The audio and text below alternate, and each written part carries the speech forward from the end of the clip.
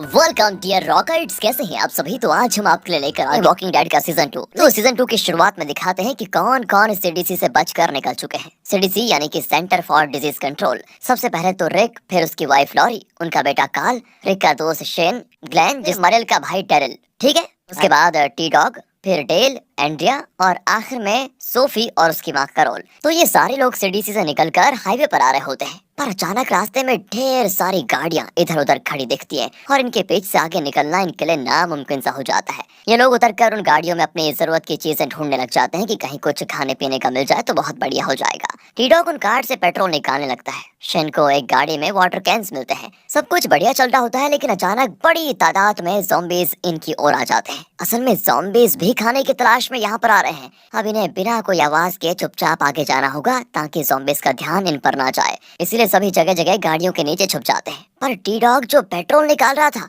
उसके छुपने की कोई जगह नहीं होती और ऊपर से ज़ॉम्बीज बहुत पास आ चुके होते हैं। टी डॉग एक कार के साइड में छुपने की कोशिश करता है, पर उसका हाथ कट जाता है और बहुत खून भी निकलता है। और अब उसके खून को सूंघकर ज़ॉम्बीज उस पर हमला करेंगे। और जैसा हमने सोचा था दोस्तों, एक ज़ॉम्बी उसके खून की बू से बड़ा आकर्षित होकर उसकी ओर आ जाता है। लेकिन देखिए किस्मत उसकी कितनी बढ़िया है। एंड वक्त पर डेरिल वहां पर आकर चाकू से उस ज़ॉम्बी को मार डालता है, और वो भी बिना कोई आवाज किए। फिर ये दोनों जमीन पर लेटकर मरे हुए ज़ॉम्बी को अपने ऊपर डाल देते हैं ताकि चलते हुए ज़ॉम्बीज इन पर ध्यान न दे। और वैसा ही होता है, ज़ॉम्बीज इन्हें पार कर करके निकल रहे होते हैं। एंड्रिया तो एक कैरवन के अंदर छुप जाती है। कैरवन के ऊपर होता है डेल। अचानक ही एक ज़ॉम्बी कैरवन के अंदर घुस जाता है। एंड्रिया तो घबराकर बाथरूम में छुप जाती है, लेकिन ज़ॉम्बी उसे पकड़ने की पूरी कोशिश करता है। वो चिल्ला भी नहीं सकती क्योंकि फिर बाहर चलते हुए सारे ज़ॉम्बीज कैरवन के अंदर घुस जाएंगे। लेकिन खुशकिस्मती से ऊपर बैठा डेल कैरवन का टॉप खोलकर एंड्रिया को एक स्क्रू ड्राइवर पकड़ा देता है, जिससे वो उस ज़ॉम्बी का खात्मा कर देती है। लेकिन अब प्रॉब्लम यह होती है कि दो ज़ॉम्बीज सोफी को देख लेते हैं। उनसे बचने के लिए सोफी पास के जंगल के अंदर भागती है,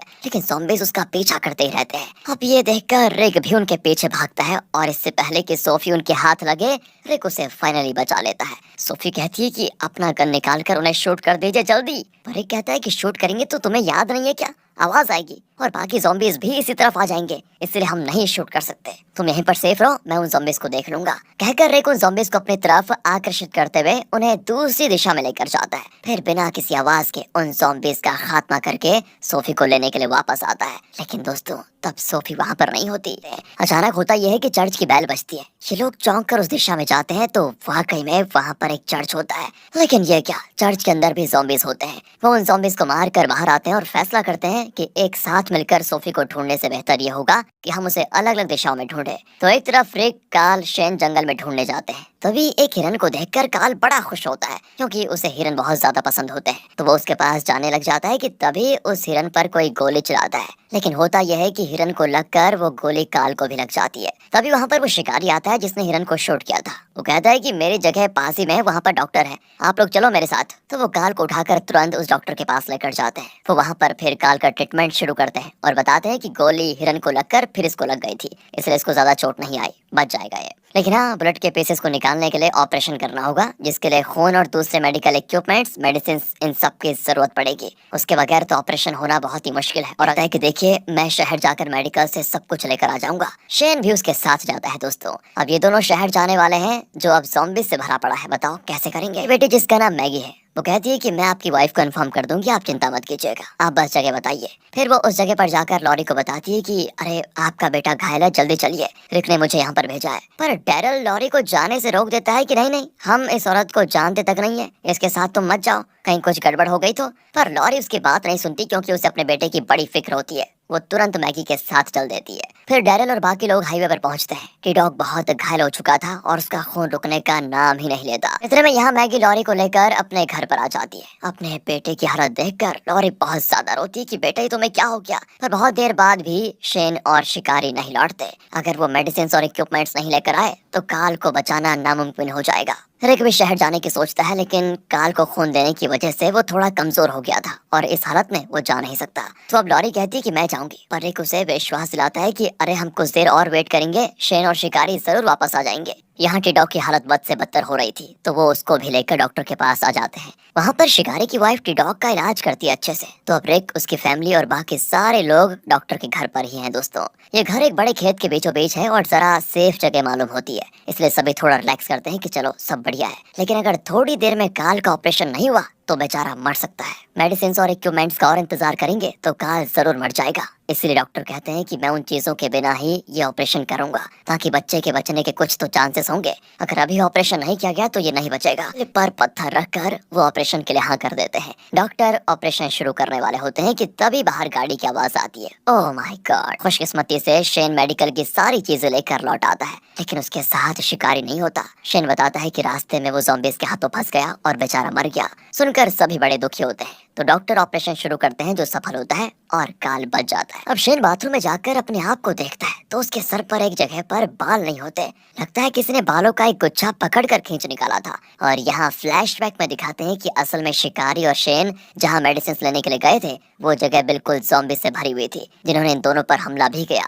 उनसे बचकर दोनों भाग रहे थे तो शेन का पैर फिसल गया और उसे चोट आ गई। वो भाग नहीं सकता था और वो ज़ॉम्बीज़ का शिकार जरूर बनेगा। इन्हीं हालात में उसने एक फैसला किया और शिकारी को शूट कर दिया। इस वजह से हुआ ये कि सारे ज़ॉम्बीज़ शिकारी पर हमला करने लग गए और इसी बीच शेन किसी तरह वहां से बच निकला था। लेकिन जाते वक्त शिकारी ने शेन के बाल पकड़ लिए थे। शेन खुद को उसकी पकड़ से छुड़ाकर भाग आया और तभी उसके बालों का एक गुच्छा शिकारी के हाथ में चला गया था। शेन सोचता है कि अगर इन लोगों ने ये देख लिया तो मुझ पर शक करेंगे, इसलिए दोस्तों वो अपने सारे बाल ट्रिम कर लेता है। अगले दिन सभी मिलकर शिकारी का अंतिम संस्कार करते हैं। फिलहाल सभी सेफ हैं और अब इन्हें सोफी का पता लगाना होगा कि वो कहाँ गई। उन्हें तो लगता है कि सोफी जहाँ भी होगी अगर वो जिंदा है तो हाईवे की ओर जरूर आएगी। इसलिए वो सभी हाईवे पर एक गाड़ी पर लिखते हैं कि सोफी अगर तुम यहाँ पर आई हो तो यहीं पर रुक जाना, हम रोज यहाँ पर आते हैं। फिर डॉक्टर कुछ मेडिसिन मंगवाते हैं जिन्हें लेने के लिए उनकी बेटी मैगी शहर जाती है। लेकिन अब ग्लेन भी उसके साथ जाना चाहता है क्योंकि उसे मैगी पसंद जो आ गई है। तभी लॉरी ग्लेन को एक पर्चा देती है और कहती है कि ये शहर से लेकर आ जाओ। पर्ची लेकर वो शहर चले जाते हैं। वहाँ से कुछ मेडिसिन लेकर वो लॉरी का बताया वो आइटम भी लेकर आ जाते हैं। और अब ग्लेन लॉरी को वो आइटम देता है जो कि एक प्रेगनेंसी टेस्ट किट है।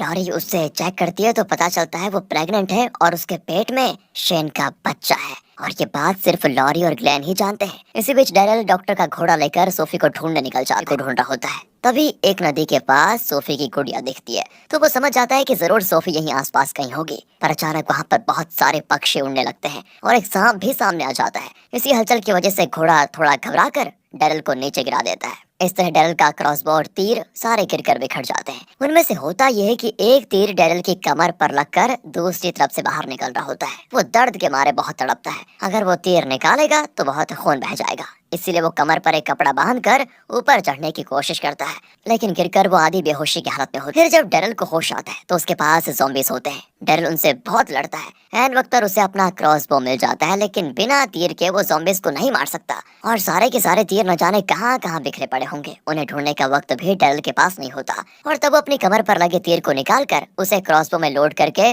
उस ज़ॉम्बी का खात्मा कर देता है। लेकिन इसके बाद डैरेल की जैसे सोच ही बदल चुकी थी, शायद इसीलिए कि उसके भाई मरेल का उसे इल्यूजन आया था। तो वो मरे हुए ज़ॉम्बीज़ के कान काट कर उन्हें माला की तरह पहन लेता है और लगभग एक ज़ॉम्बी की तरह डॉक्टर के घर वापस आता है। अब दूर से उसको देखकर एंटिया तो सोचती है कि कहीं ये ज़ॉम्बी तो नहीं है कोई, तो वो उसे शूट कर देती है। अच्छा हुआ उसका एम खराब होता है और डैरेल के शरीर में बुलेट की सिर्फ खरोंच लगती है। लेकिन डैरेल सोफी की गुड़िया लेकर आया था तो सभी सोच में पड़ जाते हैं कि जरूर सोफी यहीं आसपास कहीं होगी, हमें जल्द ही उसको ढूंढना होगा। फिर डॉक्टर डैरेल के घावों का इलाज करते हैं। अब यहाँ ग्लेन मैगी से अकेले में मिलने के लिए उसे फार्म हाउस में आने के लिए मैसेज लिख कर देता है। मैगी कहती है कि फार्म हाउस में नहीं, बिल्कुल नहीं, लेकिन ग्लेन जिद करके उसे वहाँ पर लेकर जाता है। ओहो, वहाँ तो ढेर सारे ज़ॉम्बीज़ को देखकर ग्लेन चौंक जाता है। असल में डॉक्टर और मैगी ने मिलकर बहुत सारे ज़ॉम्बीज़ को यहाँ पर बांध के रखा होता है। इसकी वजह तो फिलहाल पता नहीं, लेकिन ये देखकर ग्लेन की हालत खराब हो जाती है। मैगी कहती है कि इसके बारे में देखो, किसी को कुछ मत बताना, समझे। अगले दिन शिकारी की वाइफ एक मुर्गी का पैर तोड़कर उसको एक बैग में डालकर चोरी छुपे फार्म हाउस जाती है। शायद ये भी डॉक्टर की बेटी है दोस्तों। असल में वो ज़ॉम्बीज़ के लिए खाना लेकर जा रही है, लेकिन डॉक्टर और उसकी बेटियां ज़ॉम्बीज़ को खाना देकर उनको पाल क्यों रही हैं, इसका तो आगे चलकर पता चलेगा। आपको बस बने रहिएगा। यहाँ मैगी ग्लेन की खूब खातिरदारी करती है ताकि वो फार्म हाउस का रहस्य किसी को ना बताए, लेकिन ग्लेन का सर फट रहा होता है। वो किसी न किसी को तो ये बात बता देना चाहता है। होता है यार चुगलीखोर। फिलहाल उसे दो रहस्य मालूम है। एक तो ये कि फार्म हाउस में ज़ॉम्बीज़ को पाला जा रहा है और दूसरा ये कि लॉरी प्रेग्नेंट है। फार्म हाउस का रहस्य वो नहीं बताना चाहता क्योंकि उसकी गर्लफ्रेंड मैगी ने उसे मना किया है। और फिर सबको गन शूटिंग की प्रैक्टिस दी जाती है। ताकि ज़ॉम्बीज़ का मुकाबला अच्छे से किया जाए। लॉरी भी वहीं पर होती है। यही मौका पाकर ग्लेन चुपचाप डेल के पास जाकर कहता है कि सर मुझे उल्टी करनी है। डेल तो गुस्सा हो जाता है कि तो मेरे पास क्यों आया है, उधर जाके करना। तो कहता है कि नहीं सर, मेरे सर के अंदर एक बात अटकी हुई है, अगर किसी को नहीं बताया तो मेरा सर फट जाएगा, इसीलिए मैं उस बात को यहीं पर उगलने वाला हूँ आपके सामने। डेल कहता है तो ठीक है बताओ ना, उगलो। बस ग्लेन अपना सर हल्का करने के लिए दोनों रहस्य उगल देता है कि फार्म हाउस में ज़ॉम्बीज़ को बांध कर रखा गया है और लॉरी प्रेग्नेंट है। डेल तो ये सुनकर एकदम से शॉक हो जाता है कि हम लोग ज़ॉम्बीज़ से बचकर यहाँ पर रह रहे हैं और ये डॉक्टर ज़ॉम्बीज़ को पाल रहा है। वो सीधे जाकर डॉक्टर से ही पूछ लेता है कि फार्म हाउस में ज़ॉम्बीज़ को पाल क्यों रहे हैं। तो डॉक्टर बताते हैं कि वो ज़ॉम्बीज़ नहीं है, ये सिर्फ एक बीमारी है जिससे वो लोग पीड़ित हुए हैं। उन ज़ॉम्बीज़ के बीच मेरी वाइफ और मेरा बेटा भी है और मुझे उम्मीद है कि जल्द ही इस बीमारी की दवा बनेगी, तब मैं उन सबको ठीक कर दूंगा।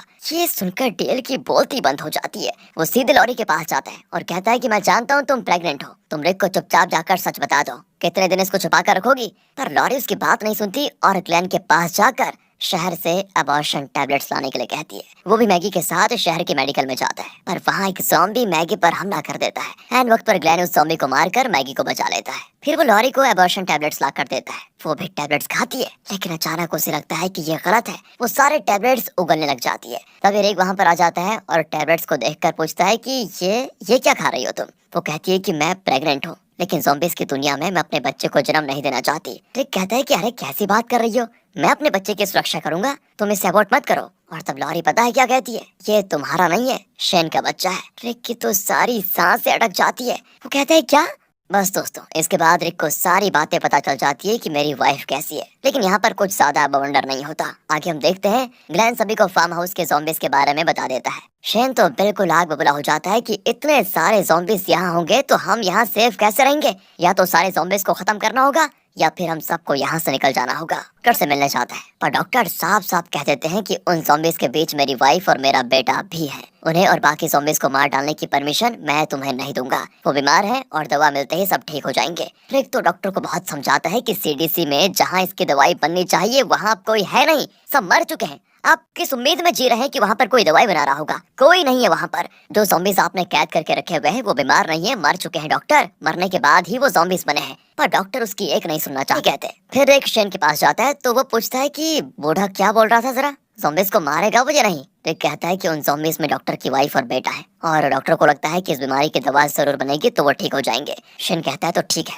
उसका घर उसकी मर्जी, पर हम यहाँ पर एक पल भी नहीं रहेंगे, चलो यहाँ से। तब रिक कहता है कि हम यहाँ से नहीं जा सकते क्योंकि मेरी वाइफ प्रेग्नेंट है। ये सुनकर शेन जरा तिलमिला जाता है और उसे कहीं ना कहीं ये लगता है कि लॉरी के पेट में कहीं मेरा बच्चा तो नहीं है। बाद में जब रिक वहाँ पर नहीं होता तो शेन लॉरी से पूछता है कि सच बताओ, तुम्हारे पेट में मेरा बच्चा है ना। वो कहती है तुम्हारा भी हो सकता है, लेकिन अब वो रिक का बच्चा है और वही हमारी देखभाल करेगा। ये सुनकर शेन को और गुस्सा आता है। इसके बाद रिक डॉक्टर के घर में रहने के लिए उसकी एक हाँ सुनना चाहता है, बस कि डॉक्टर हाँ कर दे। तो उसके लिए वो डॉक्टर के साथ जंगल के अंदर जाता है जहाँ पर एक दलदल जैसी जगह होती है। दरअसल कई ज़ॉम्बीज़ इस दलदल में फंसे होते हैं और उन्हें रेस्क्यू करके डॉक्टर अपने फार्म हाउस में बंद करता है, उन्हें वहाँ पर खाना देता है। तो अब रिक भी एक ज़ॉम्बी को पकड़कर उनकी मदद करने लग जाता है। तो शेन और बाकी लोग तो भड़क जाते हैं कि ये क्या क्या कर रहे हो तुम, उन्हें मारने के बजाय उनको संभाल कर रख रहे हो। अब यहाँ पर शेन को तो इतना गुस्सा आ जाता है कि रिक को वो मार दे, पर वो मारता तो नहीं है, पर ताने जरूर मारता है कि तुम भी उस डॉक्टर की तरह पागल हो गए हो क्या। रिक कहता है कि अगर मैंने डॉक्टर की मदद नहीं की तो वो हमें यहाँ पर रहने नहीं देंगे। हो सकते सबके सब मर चुके हैं, कब समझ में आएगा तुमको, ये लोग तो बाकियों को भी ज़ॉम्बी बना देंगे और क्या। कहकर वो झट से गन निकाल कर ज़ॉम्बी को शूट करने लग जाता है। अब इतने सारे बुलेट्स लगने के बावजूद भी ज़ॉम्बीज़ बिल्कुल जिंदा लाश की तरह चल रहे होते हैं। तब जाकर डॉक्टर को होश आता है और वो रियलाइज करता है कि सच में ये जिंदा इंसान नहीं बल्कि मरे हुए लोग हैं जो ज़ॉम्बीज़ बन चुके हैं। इतने में गन शॉट सुनकर फार्म हाउस में बंद सारे ज़ॉम्बीज़ दरवाजा तोड़कर बाहर आ जाते हैं। अब इनके पास ज़ॉम्बी को खत्म करने के अलावा कोई रास्ता ही नहीं बचा। सभी लोग उन पर गोलियों की बरसात कर देते हैं, डॉक्टर की वाइफ और बेटे को भी शूट कर देते हैं। डॉक्टर से ये देखा नहीं जाता और वो पूरी तरह टूट जाता है। पर आखिर में एक छोटा ज़ॉम्बी बाहर निकलता है, उसको देखकर सभी शॉक हो जाते हैं क्योंकि ये कोई और नहीं बल्कि सोफी है जो ज़ॉम्बीज़ के काटने से खुद एक ज़ॉम्बी बन गई है। पर उससे रहा नहीं जाता और वो सोफी के आगे भागी चली जाती है, पर ये लोग उसको रोक देते हैं। अब इन्हें सोफी को भी शूट करना होगा, लेकिन कोई ऐसा करना नहीं चाहता। पर रिक तो इन मामलों में एक्सपीरियंस्ड है। वो गन लेकर सोफी के पास जाता है और झट से शूट। अगले दिन वो मरे हुए सारे ज़ॉम्बीज़ को एक जगह पर इकट्ठा करके जलाने वाले होते हैं। सिर्फ सोफी, डॉक्टर की वाइफ और उनके बेटे को दफनाने वाले हैं दोस्तों ये लोग। पर इसी बीच डॉक्टर को खुद पर बड़ा गुस्सा आता है कि इतने दिन से उसने अपनी वाइफ और बेटे को इंसान समझकर पाला था, हालांकि वो मरकर ज़ॉम्बीज बन गए हैं। उसे अपनी बेवकूफी समझ में आ जाती है और वो अपना गुस्सा उतारने के लिए शहर जाकर शराब पीने का फैसला करता है। अब ये सारी बातें जानकर रिक ग्लेन को लेकर डॉक्टर को वापस लाने शहर जाता है। इसी बीच जब रिक और ग्लेन डॉक्टर को लेकर नहीं आते तो लॉरी खुद उनकी तलाश में शहर जाती है, पर रास्ते में अचानक एक ज़ॉम्बी सामने आ जाता है। लॉरी घबराहट में गाड़ी को घुमा देती है।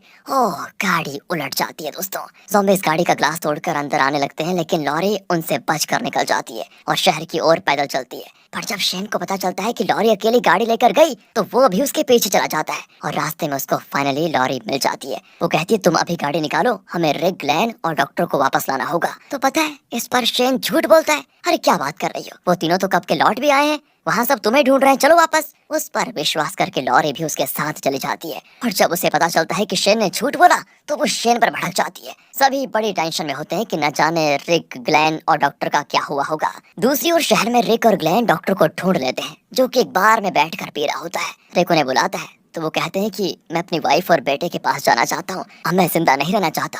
रिक कहता है कि अरे आप एक डॉक्टर हैं और दुनिया को आपकी जरूरत है, प्लीज कोई गलत फैसला मत लीजिए। इतने में दोस्तों वहाँ पर दो आदमी आते हैं जिनके पास भी गन्स होते हैं। अब इस ज़ॉम्बी की दुनिया में जो जिंदा लोग हैं वो अलग अलग ग्रुप्स में बटे हुए हैं, तो जाहिर है एक ग्रुप दूसरे ग्रुप पर अपना अधिकार जमाने की पूरी कोशिश करेगा। रिक तो यहाँ से निकल जाना चाहता है, लेकिन वो गन दिखाकर उसको धमकाने लग जाते हैं कि तुम लोग हो कौन, कहाँ रहते हो, हमें भी वहाँ लेकर चलो जहाँ तुम रहते हो। और फिर कोई रास्ता न पाकर रिक को मजबूरन उन दोनों को शूट करना पड़ता है दोस्तों। लेकिन प्रॉब्लम तब हो जाती है जब शूट की आवाज को सुनकर उन दोनों के साथी भी बाहर में घुसने की कोशिश करते हैं, पर ये लोग अंदर से दरवाजा लॉक कर देते हैं। अब बाहर खड़े उनके साथी पूछते हैं कि अरे तुम लोग हो कौन, हमारे साथियों को क्यों मारा तुमने। रिक कहता है कि सुनिए, उन दोनों ने हम पर पहले हमला करने की कोशिश की थी, इसलिए हमने उन्हें भी खत्म करा। इस बात पर दोनों ग्रुप्स के बीच शूट आउट होता है। अब आवाज को सुनकर आसपास के सारे ज़ॉम्बीज़ बाहर की ओर आ जाते हैं। उनको देखकर तो बाहर खड़े सारे आदमी डरकर भागने लगते हैं। तब पता है क्या होता है, उस ग्रुप का एक आदमी जंप करके वहां से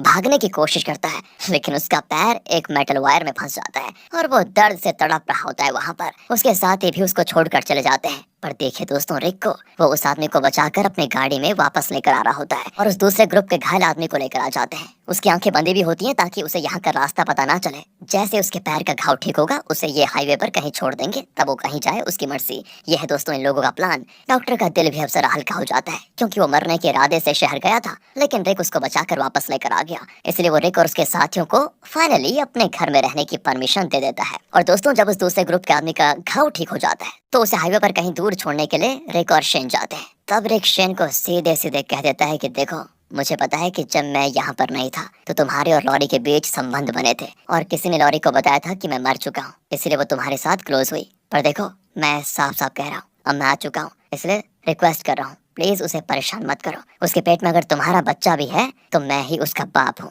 तुम मेरे बेस्ट फ्रेंड हो और मुझे उम्मीद है कि तुम एक बेस्ट फ्रेंड की तरह ही बिहेव करोगे। प्लीज तुम सब कुछ भूल जाओ जो आज तक हुआ और मेरे साथ चलो। शेन उसकी बातों को एक्सेप्ट नहीं कर पाता, लेकिन फिर भी चुप रहता है। उस जगह पर पता है दो पुलिस ज़ॉम्बीज़ होते हैं। वो उन ज़ॉम्बीज़ को शूट करके उनके पास जाते हैं। ओह, तो पता चलता है कि उनके शरीर में ज़ॉम्बीज़ के काटने के निशान नहीं है। शेन पूछता है कि फिर ये दोनों ज़ॉम्बीज़ बने कैसे। दोस्तों रिक इस बारे में कुछ जानता तो है, लेकिन वो शेन को नहीं बताना चाहता और कहता है कि यार पता नहीं, मुझे भी नहीं पता। फिर वो उस दूसरे ग्रुप के आदमी के हाथ बांधकर उसे हाईवे पर एक जगह छोड़ देते हैं और रिक कहता है ये रहा चाकू, तुम अपने आप आकर चाकू उठाओ और खुद को आजाद कर जाओ। पर वो आदमी विनती करता है कि प्लीज प्लीज प्लीज प्लीज मुझे अपने साथ लेकर चलिए, मुझे उस ग्रुप के साथ नहीं जाना, वो बड़े खतरनाक लोग हैं, मुझे मार डालेंगे। पर ये दोनों उसकी कोई बात नहीं सुनते और वहां से निकल जाते हैं। तब वो कहता है कि मैं मैगी और उसके पापा को भी जानता हूँ, मुझे उनकी जगह भी मालूम है। ये सुनकर रिक और शेन दोनों शॉक हो जाते हैं कि इसको कैसे पता। तब वो कहता है कि आप लोगों को नहीं पता, लेकिन मैं और मैगी एक ही स्कूल में पढ़ते थे। मैं मैगी को अच्छी तरह जानता हूँ, लेकिन वो मुझे नहीं जानती। अब शेन कहता है रिक देखो, अगर इसको जिंदा छोड़कर गए तो ये अपने ग्रुप को जरूर हमारी जगह बता देगा, इसलिए काम करते हैं इसको गोली मार देते हैं। पर रिक कहता है पागल हो गए हो तुम, हम इसे अपने साथ वापस लेकर जाएंगे और पूछताछ करेंगे कि ये और क्या क्या जानता है। दोस्तों शेन को तो इतना गुस्सा आता है कि वो अभी रिक को मार दे और इस तरह दोनों में बहस शुरू हो जाती है। शेन कहता है कि देखो रिक, अगर तुम इसी तरह मनमानी करते रहोगे ना तो तुम अपनी बीवी बच्चों की सुरक्षा कभी नहीं कर पाओगे, फिर मुझे उनकी देखभाल करनी पड़ेगी। रिक तो और भड़क जाता है कि ये कुछ ज्यादा नहीं बन रहा है और दोनों की और ज्यादा लड़ाई हो जाती है। शेन तो दोस्तों कुल्हाड़ी उठाकर फेंकने लग जाता है। इस पे तो भूत सवार हो गया है। आवाज को सुनकर वहाँ पर ज़ॉम्बीज़ आ जाते हैं। इसी बीच उस दूसरे ग्रुप का आदमी भी धीरे धीरे चाकू की ओर जाता है और चाकू से अपनी रस्सी काट लेता है। तभी शेन एक स्कूल बस में छुप जाता है, लेकिन ज़ॉम्बीज़ उस बस को पूरी तरह घेर लेते हैं। इसी बीच रिक एक गाड़ी निकालता है और दूसरे ग्रुप के आदमी को लेकर शेन को भी बचाकर वहां से लेकर जाता है। शाम को एक मीटिंग रखते हैं और वोटिंग करेंगे कि लूका को मार दिया जाए या छोड़ दिया जाए। जिस ऑप्शन को ज्यादा वोट मिलेंगे वही करेंगे। आप खुश? शाम को जब मीटिंग होती है तो काल चुपके से एक गन लेकर जंगल के अंदर आ जाता है। वहाँ उस दलदल में एक ज़ॉम्बी फंसा होता है, तो पता है वो उस ज़ॉम्बी के साथ खेलने लग जाता है। फिर ज़ॉम्बी पर पत्थर मारने लगता है तो ज़ॉम्बी भी आगे आगे आने की कोशिश करता है। इस तरह दलदल में फंसा उसका एक पैर निकल जाता है और वो काल को पकड़ने की कोशिश करता है, पर हाँ, उसका दूसरा पैर दलदल में फंसा होता है। इसी बीच काल वहाँ से भाग जाता है। पता नहीं ये करना क्या चाहता है, यहाँ पर आगे पता चलेगा आपको। और यहाँ पर होती है मीटिंग में आता है वोटिंग का वक्त और सभी लूका को जान से मार देना चाहते हैं। सिर्फ डेल इसके खिलाफ होता है और कहता है ये ऐसा वक्त है जब इंसान जानवर बन गए हैं, पर हम अभी भी इंसान हैं, इसलिए हमें उन जानवरों जैसी हरकत नहीं करनी चाहिए। उस लड़के की जान मत लो यार, हमारे अंदर अगर एक भी बूंद इंसानियत बची है तो हम उसको नहीं मारेंगे। वो लड़का अब भी इंसान है, ज़ॉम्बी नहीं बना। फिर तुम लोग उसको मारना क्यों चाहते हो? उसको छोड़ दो ना। लेकिन बाकी सब तो उसको मारने का फैसला करते हैं। रिक उसे शूट करने चाहता है, लेकिन उसके भी हाथ कांपते हैं, उससे ये काम हो नहीं पाता। सोचता है कि यार अगर ज़ॉम्बी होता तो मैं आराम से शूट कर देता, लेकिन ये तो जिंदा इंसान है, इसे कैसे शूट करूं मैं? इसलिए रिक सोच लेता है कि नहीं, इसको नहीं मारेंगे। पर दूसरी ओर डेल को लगता है कि ये लोग लूका को मार देंगे, इसलिए वो परेशान होकर थोड़ी दूर चला जाता है। और तब सामने एक गाय पड़ी होती है जिसे किसी ज़ॉम्बी ने काट कर उसका बुरा हाल कर दिया था। डेल तो चौंक जाता है और मुड़कर देखता है तो एक ज़ॉम्बी उसको पकड़ कर काट लेता है। दोस्तों, आवाज सुनकर ये सभी वहां पर आते हैं और उस ज़ॉम्बी को शूट कर देते हैं। ज़ॉम्बी ने तो डेल की ओहो कितनी बुरी हालत कर दी है, इसलिए वो उसको बचा नहीं पाते। और जब काल उस मरे हुए ज़ॉम्बी को देखता है तो रियलाइज करता है कि ये तो वही ज़ॉम्बी है जिसके साथ वो दलदल में खेल रहा था और इसी की वजह से डेल भी मरा है। काल तो रोने लग जाता है कि अरे ये मैंने क्या कर दिया, मैं वहाँ दलदल में गया था और मैं उस ज़ॉम्बी के साथ खेल रहा था, वही ज़ॉम्बी यहाँ पर आया, उसने डेल को मार दिया। अगर मैं उस शाम को ज़ॉम्बी के साथ नहीं खेलता तो ज़ॉम्बी के दोनों पैर दलदल में फंसे रहते और फिर वो ऊपर नहीं आ पाता। ये सब मेरी ही गलती है। पर दोस्तों, आपको तो पता ही है, काल ने उस पर एक पत्थर फेंका था और उसे अपनी ओर आकर्षित किया, इसलिए वो अपना एक पैर दलदल से निकाल कर काल की ओर आ गया था। इसी वजह से वो दलदल से निकल पाया और उसने बेचारे डेल को हमला कर दिया। अब अगले दिन वो डेल को दफनाकर उसको श्रद्धांजलि देते हैं और उस जगह को एक मजबूत फैन से कवर करते हैं ताकि आगे से एक भी ज़ॉम्बी अंदर ना आ पाए। रिक काल को समझाता है कि बेटा, डेल की मौत के तुम जिम्मेदार नहीं हो, जो हुआ सो हुआ, लेकिन अब इम्पोर्टेंट बात यह है कि तुम्हें ज़ॉम्बी से बच कर रहना होगा। ये कहकर वो काल को एक गन देता है और कहता है कि एक काम करो, इसे तुम अपनी सेफ्टी के लिए रख लो। अब ये लोग फैसला करते हैं कि लूका को ना यहाँ पर रखेंगे और ना ही उसके गैंग के पास उसे भेजेंगे, उसे कहीं दूर ले जाकर छोड़ देंगे। पर इसी बीच शेन लूका से मिलता है और कहता है कि देखो, मैं तुम्हें यहाँ से बचा कर निकालूंगा, लेकिन तुम्हें मुझे अपनी गैंग के अड्डे का लोकेशन बताना होगा। तो वो भी शेन को बता देता है। यार, जान सबको प्यारी होती है। फिर शेन उसे चोरी छुपे जंगल के अंदर ले जाकर उसे जान से मार डालता है और फिर बेड पर अपना सर पटक कर खुद को घायल भी कर देता है और वापस अपने साथियों के पास जाकर नाटक करता है कि पता है, उस लूका ने मुझ पर हमला किया और यहाँ से बच निकला वो, हमें जल्दी से उसका पता लगाना होगा, वरना वो अपनी गैंग को लेकर यहाँ पर आ जाएगा और हम सब मारे जाएंगे।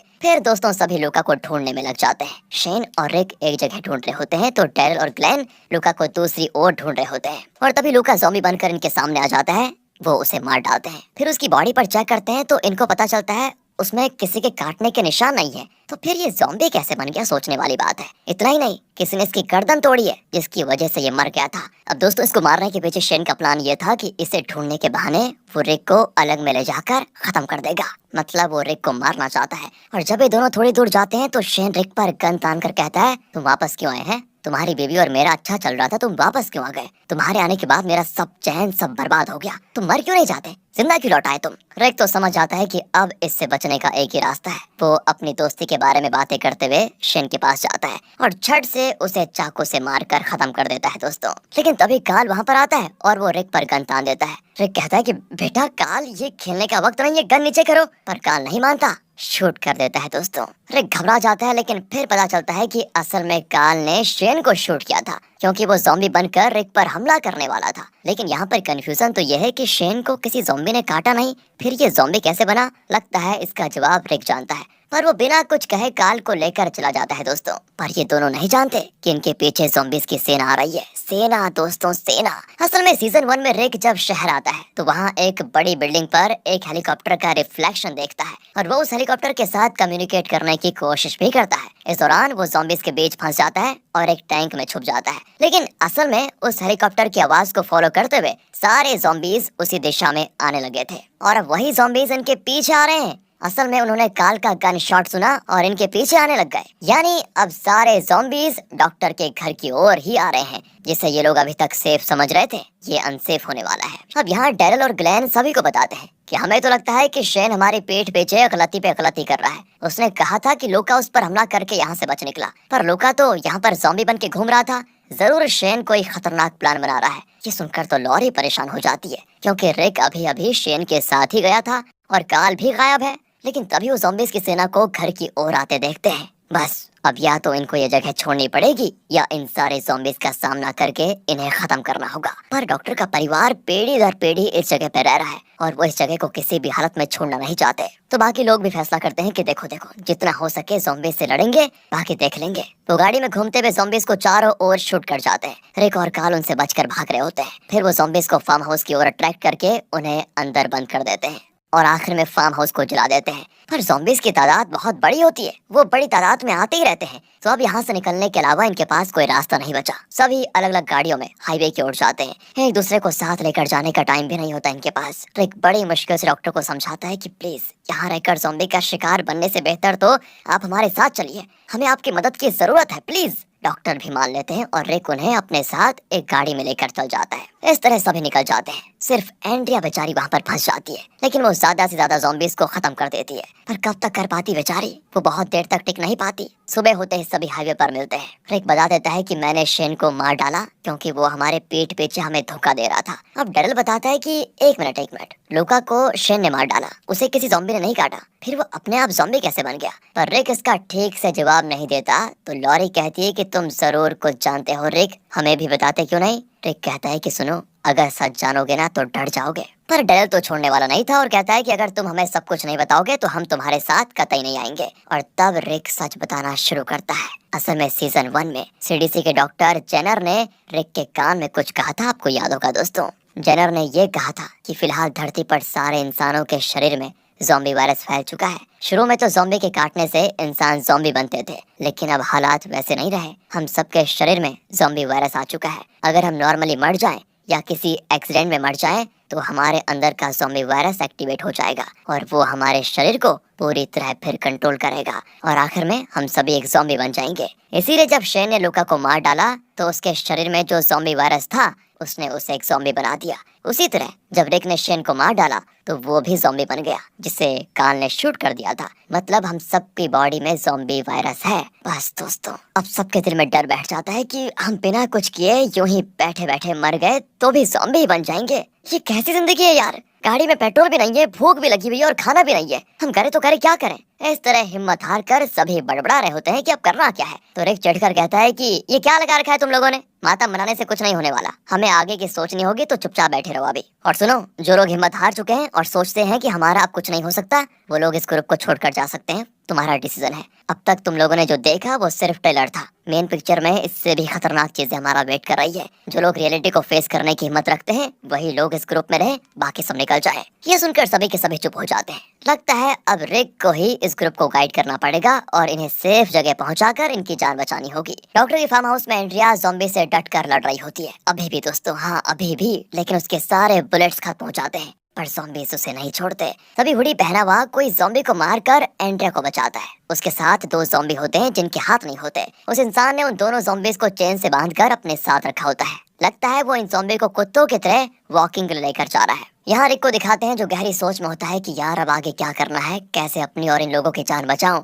और दोस्तों, इसी पॉइंट पर वॉकिंग डेड के सीजन 2 का होता है दी एंड। आगे क्या हुआ, वो हुडी वाला आखिर कौन है, ये सब तो आगे के सीजन्स में पता चलेगा। लेकिन आगे के सीजन अब आपके हाथ में है। हाँ, आपके हाथ में। यानी वीडियो को लाइक कीजिए ताकि हम अगला सीजन आपके लिए ले सके। आपकी बारे में ध्यान रखेगा अपना। Thanks for watching.